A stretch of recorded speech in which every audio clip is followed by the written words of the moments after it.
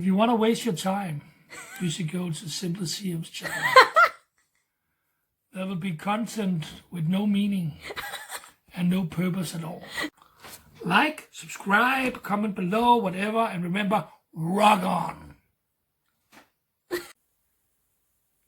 Hello guys! Welcome back to my channel. And today, as you all know, dahil naka-stand up ako dito, magvi-video na naman tayo.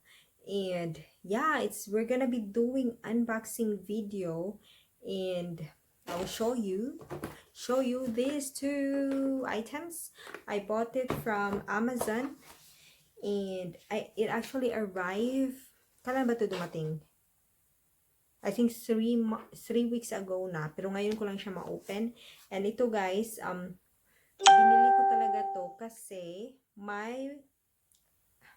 binili ko talaga to kasi I'm hoping na makakatulong siya sa aking problema sa ano bang Tagalog ng panit guys, sa skin.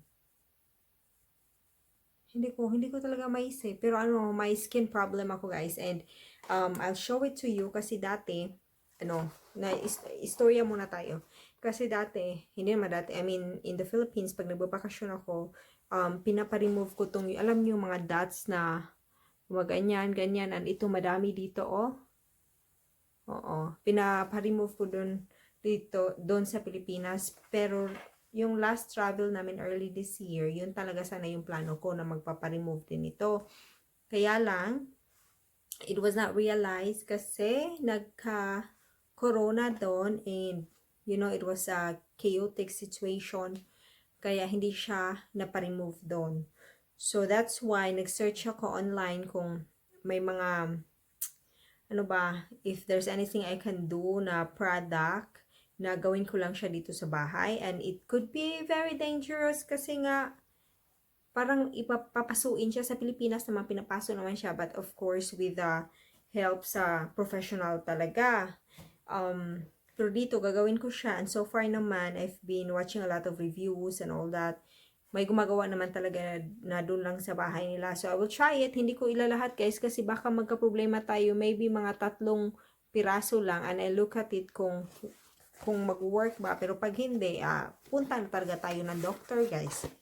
Ewan ko ba, maybe sa dugo ko, or naliligo naman ako araw-araw guys, and kumakain naman ako ng somehow mga healthy food kahit papano. Ewan ko lang ba talaga. See? Dumadami na siya. Tapos nag-move na siya dito sa mukha ko. And pag sa Pilipinas ang ang dali lang talaga sana. Ipapapasok lang doon sa mga clinic doon, and you know, in 2 weeks time it's gone. Pero so ngayon ino-open ko na siya. I bought it online in Amazon, and yung binayaran ko ata na sa mga 200 kroner. Mga 200 kroner. So, open natin. First time ko siya. Kung natatakot ako konti na gamitin siya kasi baka nga magka-problema pa. Pero I wanna try. Pero mga 3 piraso lang yung papasuin ko. And, you know, pabalik-balik na naman tayo. 3 piraso lang papasuin ko and see na mag-work ba or hindi. Ito yung binili ko guys. Ito, sinearch ko to online, tapos may mga recommendation na ganito.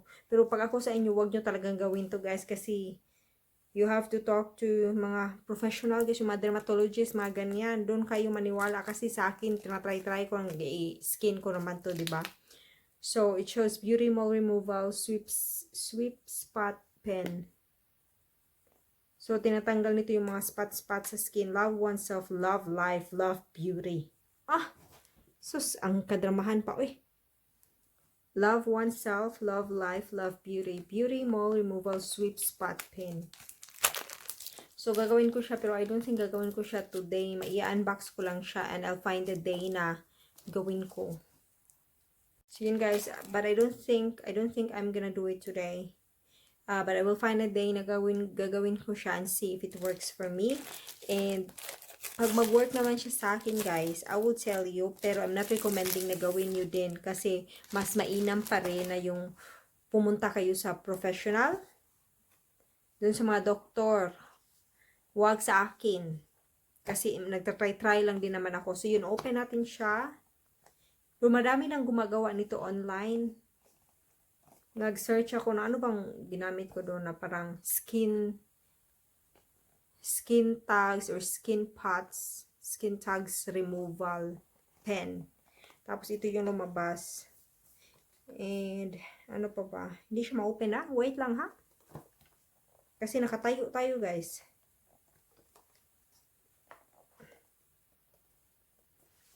Hirap. Wait lang.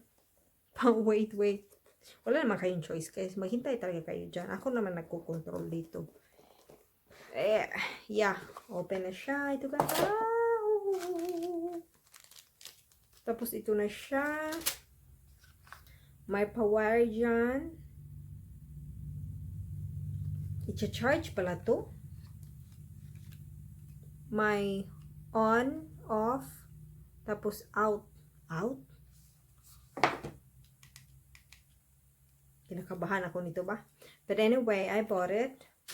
Tapos, andito na yung ano niya. I think needle. Sana hindi talaga ako magka-problema nito oh shit. Patay na talaga ako nito Ito guys. There, may pa-needle dyan. Tapos nakalagay siya sterile. Ano pala, acupuncture needles for single use. So yes, ganyan. Naka-sterilize naman din pala siya. So safe. Tapos may ganito din.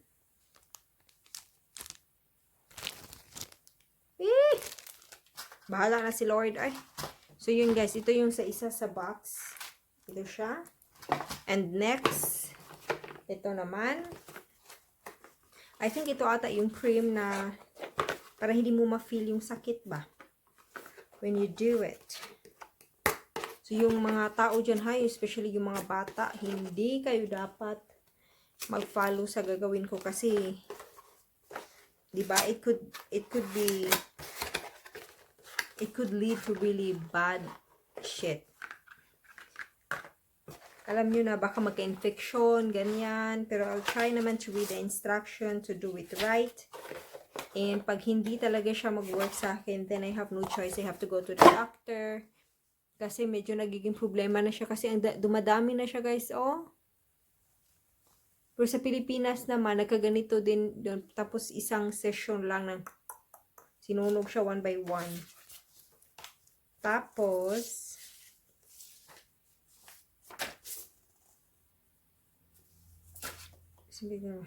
paano ako ba maintindihan to? O yung instruction na sana? Hindi ko alam.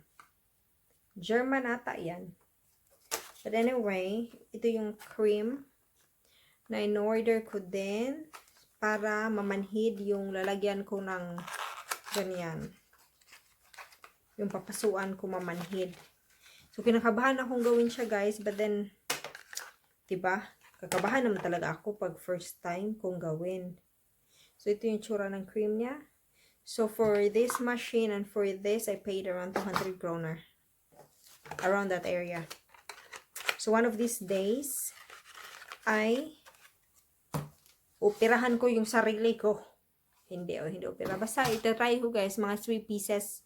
3 pieces lang, and I'll see kung mag-work pa o hindi. Pag hindi nag-work, I'll inform you. Pag nag-work, I'll inform you then. Pero, as much as possible, pumunta talaga kayo sa doctor at huwag yung mga online, churwalo lang. Kasi bad influence ako. Oh my God! Pero yun, guys, na-unbox ko na. So, yeah. So, one of these days, mag-expect kayo ng video while I'm doing this. So, yun. Thank you so much for watching and enjoy the rest of the day.